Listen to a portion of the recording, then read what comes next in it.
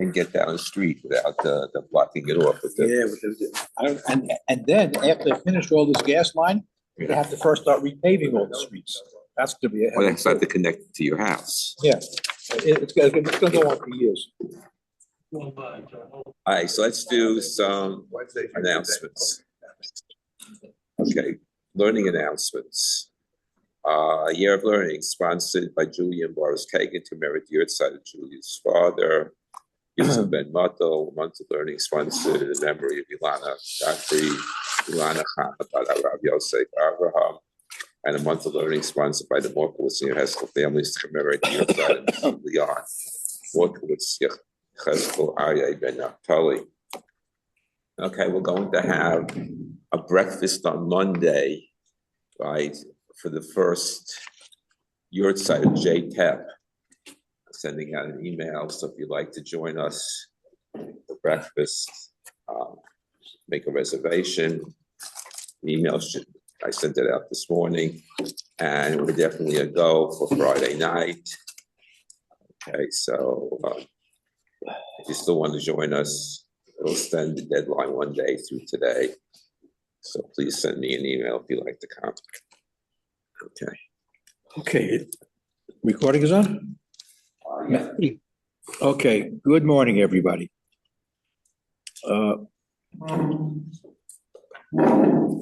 The recent events going on in Iran, especially when that pilot was ejected from his plane, American pilot, and it took a while until they found him. We know that, well, we think we know what would have happened had the Iranians caught this American soldier or airman, whether it would have been torture, whether it would have been whatever, because sometimes things don't change, whether it was biblical times when they would capture an enemy or even in the modern times. And it's a sad reflection on, I guess, culture, mores, humanity, that the rules of war, and there are rules of war that civilized nations can agree upon, stipulate that when you capture an enemy, that enemy has to be treated humanely. Unfortunately, throughout history, that's not always been the case. I remember with horror when there was an Israeli pilot who was downed over Syrian territory, going back quite a few years, and the Syrians captured him and literally sliced him to bits, and they paraded the corpse throughout the cities in Syria. So the question that we're going to deal with, and it's an historical question, it goes back to Tanakh times, if an enemy is in fear of his life, or in fear of being captured or being tortured or being forced to give up information or to do something that would be illegal or immoral or what have you, is it permissible for a soldier or a military person to commit suicide halakhically rather than avoid being captured, tortured, or what else could happen to him? And this question, unfortunately, comes up very, very often, certainly in terms of the wars that Israel has had with its Arab neighbors, and more particularly throughout history when Jews were persecuted and put in difficult positions. For example, during the time of the Churban, we recite this as part of our keynotes on Tisha B'Av. There was a group of young women and young boys that were taken in chains to Rome after they destroyed the temple, and they were going to be either sold as slaves or be put into brothels. And all these young men and women, rather than suffer that fate, jumped overboard in their chains and drowned. And they all agreed to do that. More recently, when the Nazis invaded Poland, they took a group of girls from a Beis Yaakov school and put them on a train to be sent back to the Nazi headquarters to be used to entertain the troops in Berlin. And there too, all the young women, Beis Yaakov girls, committed suicide rather than having to endure that. Throughout the Holocaust, many, many times, the questions were sometimes asked, sometimes they weren't asked. Going into the gas chambers, where some people actually knew what was going to be happening there. It wasn't just a shower. Parents walked with children, spouses walked knowing that they wouldn't be walking out. So they knowingly went in, and they could have saved their lives by escaping or by not being part of those who were chosen. Maybe they would have been chosen eventually anyway. So there are two issues. People do certain things, and the question is, is there a halachic justification for some of these things? We know, as I said, what happened with that Israeli pilot in Syria. We can imagine what would have happened if the Iranians had found that downed pilot that the Americans expended tremendous effort to retrieve. Thankfully, they got him back. But if they wouldn't have been able to get him, would he have been justified in committing suicide? I don't think he was Jewish, but from a halakhic perspective, is it ever justified to commit suicide, given the fact that life is the highest value in Judaism? We do everything we possibly can to preserve life. Man doesn't create life. God creates life. We are a steward. God creates life. Therefore, man does not have the right to take that life. It's not his. So what are the halachic backgrounds for this? Clearly, in halacha, suicide is prohibited in 99.9% of the cases that might come up. Suicide is definitely, if you ask me black and white, is suicide ever sanctioned? I would say no, with an asterisk. That there might be some justification under certain circumstances when suicide might be appropriate. It's based on psukim. The Gemara darshans it out. Where is it?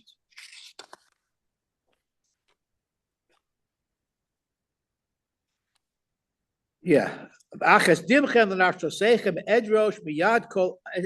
words, miyad ha'adam yad ish achiv edrosh es hanefesh adam. The Gemara darshans out from this pasuk in Bereshis that basically you may not take life; doesn't belong to you. Okay. The earliest source that we have is in Sefer Shmuel Aleph Perek Lamed Aleph with Shaul HaMelech. And this is an important lesson in terms of the contemporary structure of the Israeli army. Unlike the U.S. Army, where generals and colonels, majors are not on the battlefield. They're in a safe tent someplace with binoculars or watching a computer, and it's the lower-ranking commissioned officers and enlisted men that do the actual fighting. In the Israeli army, the motto is Acharai, you follow me. And a high percentage of officers, unfortunately, are killed because they lead their men into battle.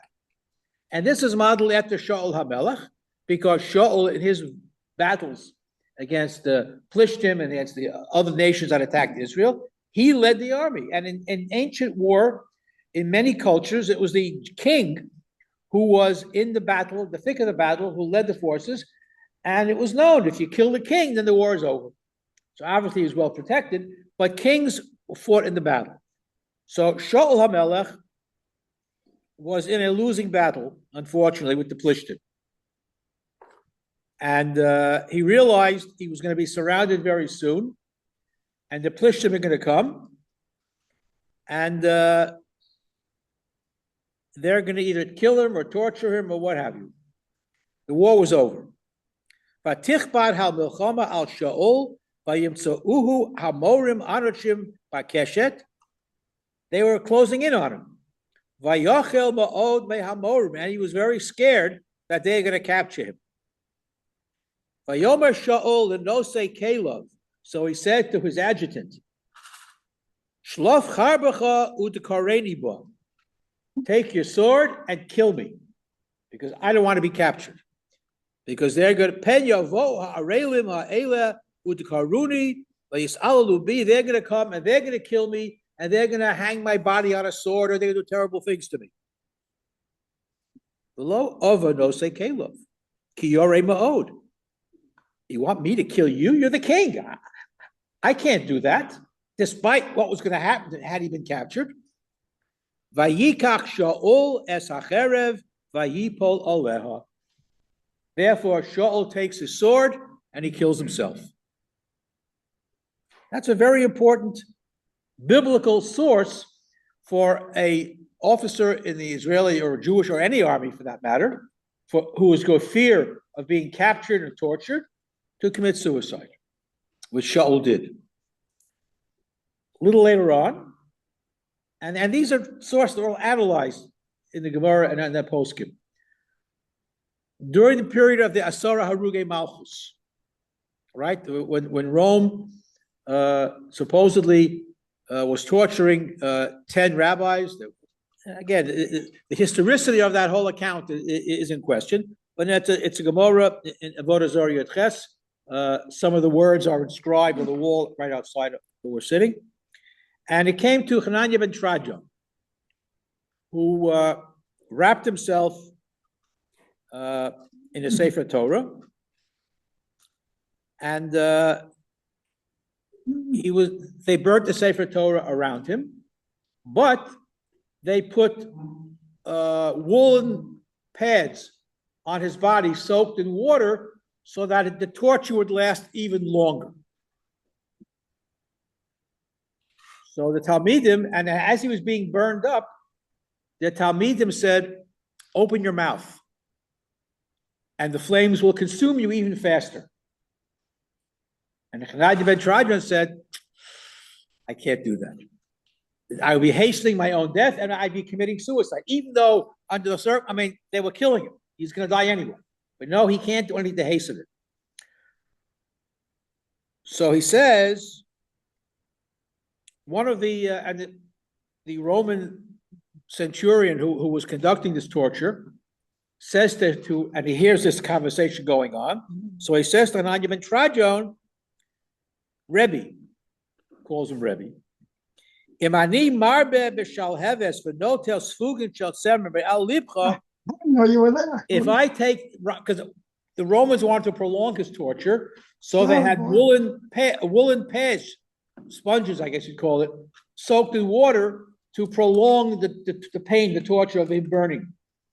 So he says to Hananiah ben Trajan, if I take away those sponges, meaning you'll die faster, you're not doing it, I'm doing it. Will you bring me to Chai Olam Haba? This is the Roman executioner saying this. Hananiah ben Trajan says to him, yes. Swear? I swear it'll happen. So right away, he did it. The flames got bigger. He took away the sponges of Tzemer Me'al Libo. Yotzon Yishmosa b'Mehera. He died right away. And as he was dying, the Roman centurion jumped into the flames with Hananiah ben Trajan, and he was brought to Olam Haba. So these two sources seem to indicate that under very pressing conditions, you might be allowed not necessarily to physically take your life, but to ensure that your life ends faster, put it that way. And during the Shoah, occasionally questions were actually asked. Ephraim Oshri was the rabbi of the Kovno ghetto. And he was asked many, many, many questions. which by itself is fascinating that people in that terrible situation were still worrying about observing halakha properly. Can I do this? Can I do that? Can I substitute someone else's son for my son? I mean, all kinds of questions. And again, he was asked about committing suicide rather than being sent away to the camps or being tortured and so forth and so on. And it's interesting that in the Hebrew translation, there is one psak, and in English it came out differently, but he denies ever allowing the guy to commit suicide, knowing that he might be killed anyway. But he deals with these kind of difficult questions. How can a rabbi answer a question? If there's a selection, and I know that if I bribe the Nazi guard, then my son will not be taken, but my neighbor's son will be taken. Can I do that? He didn't answer the question. Now, a lot of questions he did answer, and he wrote them down after the war, but these are very, very difficult questions. So with that background, an introduction, so how do contemporary and medieval poskim deal with this issue? Because it comes up, unfortunately, when Jews were in difficult positions. One of the most difficult things to read, the chronicles of the Crusades, Zerot, Tzorfat, and Veloter. The chronicles of the Crusades, first-hand descriptions of fathers butchering their children and their wives and then committing suicide themselves rather than being forced to convert when the Crusaders would come through their town. Because that's what they would do. Kiss the cross or die. And in Ashkenaz, most people chose death, either by the hands of the Crusaders or by committing suicide and killing their family in the process. And nobody objected to it. Very tough situation. Yeah. Where does Kiddush Hashem fit into this? Okay, so two definitions. First of all those people who died because they were Jewish, either at their own hands or at the hands of those who killed them, are considered to have died al Kiddush Hashem. That's number one. The halacha of Kiddush Hashem, there are three averos. The Gemara tells us, if you are forced to commit an act of immorality, murder, or avodah zarah, if someone says to you, do this or I'm going to kill you, the language is very precise. You have to allow yourself to be killed. Not that you kill yourself. You allow yourself to be killed rather than violate these three basic principles of civilized behavior in Judaism. So, Kiddush Hashem, for those three things. And we have, unfortunately, many examples of that. Wally, Yes. can one commit a voda, say, without really meaning it, without the intention of doing it, or having the intention of not doing it? Is it still considered? I don't follow. Say the question again. I didn't hear it clearly. Can one commit idolatry? Yes. Without the intention of doing it? In other words, with the intention of, this is not going to be real. I don't believe this. So it's a good question. Can you make believe you're worshiping idols and not really do it? So this actually happened in Spain. Many Jews made believe that they converted in order to save their lives, but or in Muslim countries, the same thing. In Muslim, they would bow down 5 times a day, and then they'd be davening mincha, saying tehillim. They would make believe, but in Christian countries they wouldn't do that. They wouldn't make believe, and this tremendous controversy, which is a topic for a whole separate discussion. What do you do with those Jews who made believe they were Muslims, and then later on, when the Muslims left, they wanted to come back into the fold? What do they have to do? And the same question was raised. Rabbi Ephraim Kannerfeld wrote a whole book on that in Christian Europe. How do you accept the Jews back? Do you just welcome them back and count them in a minyan? Or do you make them go to mikveh? Or you give them makos? Or how do you accept them back in? It's a whole big discussion on it. It's a fascinating book. In any event, so the question that people did that. And the Rambam endeared himself to the entire community in Yemen, because rather than require them to go through any types of rituals to come back after the entire community supposedly converted, he accepted them back wholeheartedly. Whereas some rabbis said, you have to go through some kind of a period of, I don't know, an intermediate period to do different things of tshuva before you get accepted. Ad Hayom, in the Yemenite and in many other Sephardic Kadeshim, in respect to the Rambam, they say, B'chayechon u'vyomechon u'v'chayim moronav u'rabbonav Moshe ben Maimon. It's still in their Kaddish. They still say it today, because he accepted them back wholeheartedly without any intermediary activity after their so-called apostasy.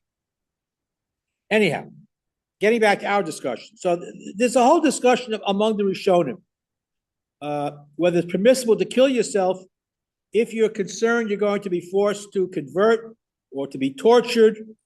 And this is based on Shaul's suicide. Tosos also supports that, and he also makes reference to the fact that families, were butchered by their own fathers rather than convert during the Crusades. It's a terrible, terrible heter, if I can use that expression. And in more contemporary times, again, the Achronim talk about it also. They analyze Shaul's capture and so forth, potential capture.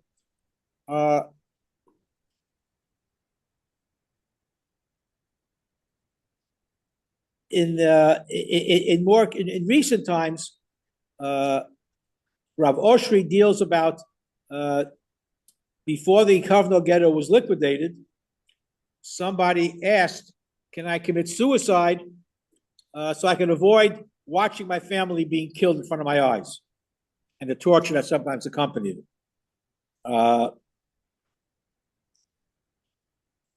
Some say he said yes, some say he said no. It's not really quite clear, but in the bottom line, in the published Chuvos, it came out in Hebrew, no. One of the more contemporary poskim that dealt with this is a wonderful, wonderfully interesting fellow, Rav Shlomo Goren, Zecher Tzadik Livracha. Not only was he the chief rabbi of Israel, but before he was the chief rabbi of Israel, he was the chief chaplain of the Israeli Armed Forces. And he was the one that really made tremendous inroads in setting up the halachic guidelines within the Israeli army for certain things. He set up the whole unit that deals with the recovery of bodies and the tahara that takes place.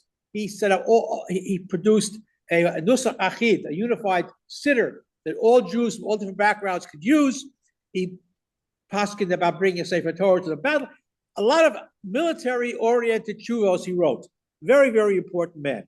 Actually met him once. Wonderful, wonderful person.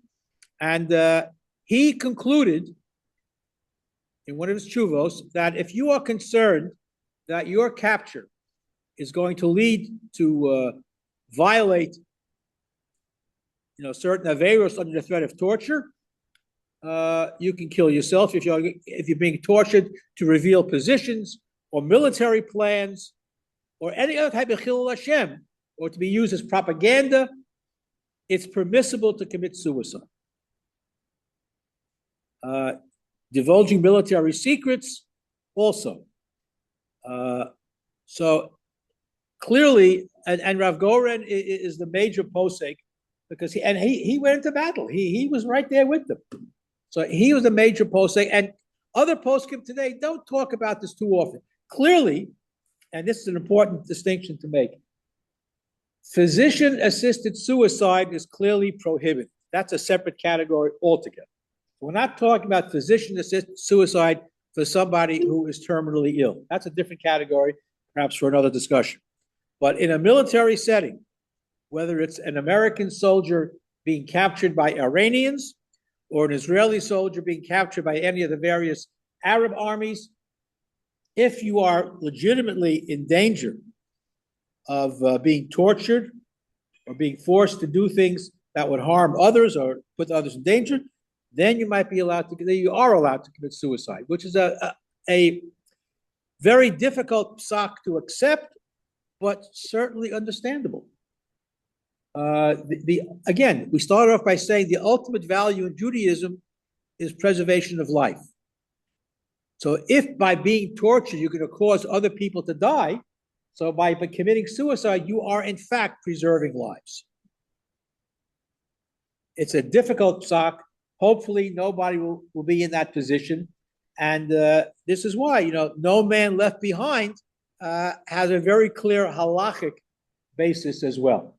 It's not just a military ethos. It's halachically supported because we don't want to have information about troop movements and so forth fall to enemy hands. And unfortunately, it's very sad that the halacha has to deal with this. But true poskim deal with reality on the ground. It's very nice to talk about theoretical halacha. But the guy on the ground carrying a knapsack and a machine gun has to know if he's a Shomer Torah mitzvah, even if he's not. He has to know what his parameters are, what he's allowed to do, what he's not allowed to do. And this is why the chaplains in the Israeli army, they're on the battlefront. They're out there with the guys, encouraging them, answering questions, being with them. Hopefully, nobody among the American sources, service members or Israeli service members will be put in this position. But we're very grateful. I mean, people complain that it costs millions and millions of dollars to save that one man, the one airman who was found in a cave. Who knows how many would have been killed if had he been found and forced to give out certain information? Who knows? It's a sad reality, and if we could avoid war altogether, that would be the best solution. But given the fact that wars will continue to happen and soldiers are being put in harm's way, we have to understand what the halakhic guidelines are and what the parameters are to allow for suicide under certain circumstances. Yeah.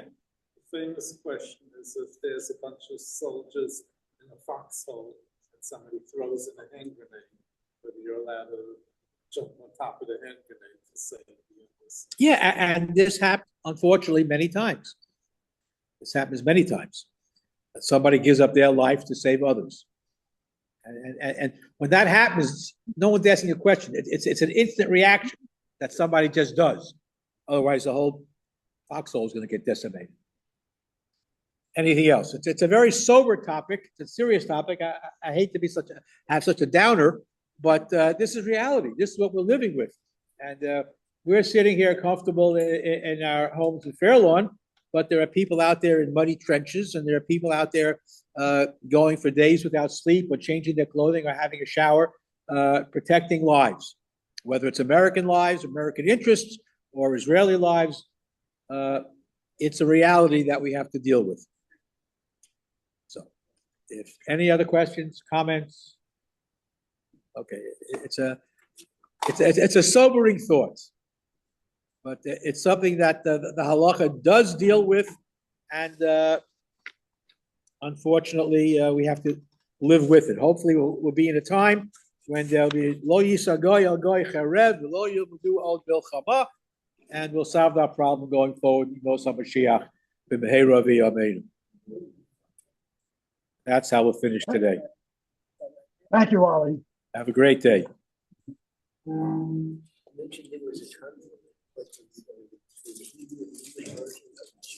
Yeah, about Oshri, yeah.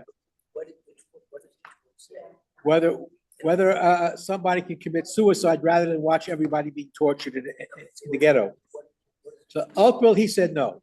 In one translation, he permitted it, but he said in the Hebrew text it says he didn't, and they asked him about it personally, and he said no, I didn't allow it. But a lot of times he wouldn't answer questions. The Hebrew is the original. Yes, yeah, written Hebrew. But it was first written after. There are some questions about the veracity of some of his chuvos, because it was written, much later. I mean, how does the guy remember all this stuff? I mean, you could be a great gaon, but in the Kavdo ghetto, in the midst of all that's going on, to remember this psak, that it's kind of difficult. It may go later, it may not reflect what he said in the Kavdo ghetto, but did reflect what he thought afterwards. Yeah, for sure. Absolutely. Okay, this is a difficult topic.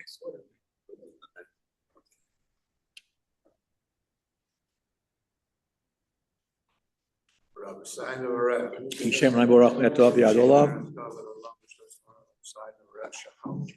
Baruch Shekal Mishlot V'Chayinu.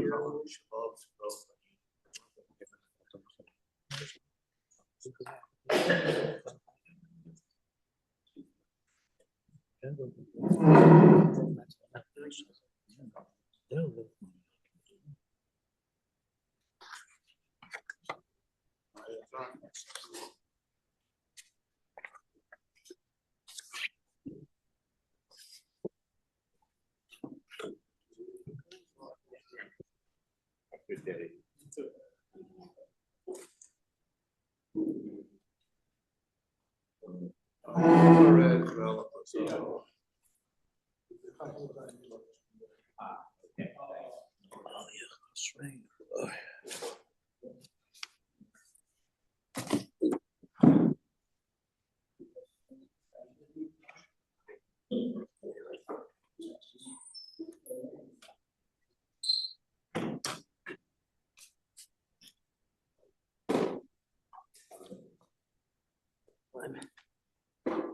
Working now on this book, which involves history of the Revolutionary War. Yeah. So there's this guy by the name of Joseph Plum Martin, who wrote a memoir about his experiences in the Revolutionary War. So they assumed it was like a contemporaneous memoir.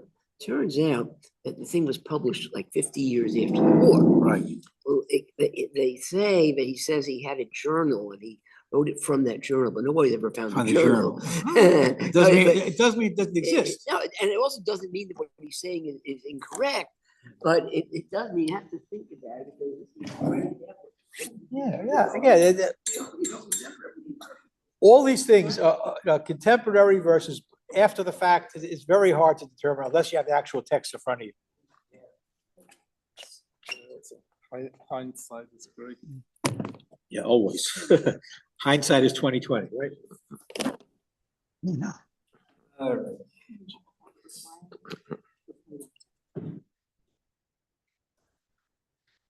Very depressing thoughts. I think it's a difference. I think, remember by we learned that after asking for specific people, like with the Nazis, to give up certain people, Right. versus a random selection of people. Well, Because- the Gemara discusses if your caravan is stopped and they say, give me one person or else I'll kill you all. Right, You can't give that person up. right, because they ask for a specific person. Yeah. If you say that, give us one person, and you could kind of, people themselves could decide if somebody wants to volunteer. Now, say again, everybody it else. depends. If the person that he wanted was already chayav visa for something else, Right, yeah, that's another there's story. variations. But these are difficult subjects, very Yeah. difficult. The bigger question that I always have is if somebody's captured and you start torturing him, and you give out information, he knows that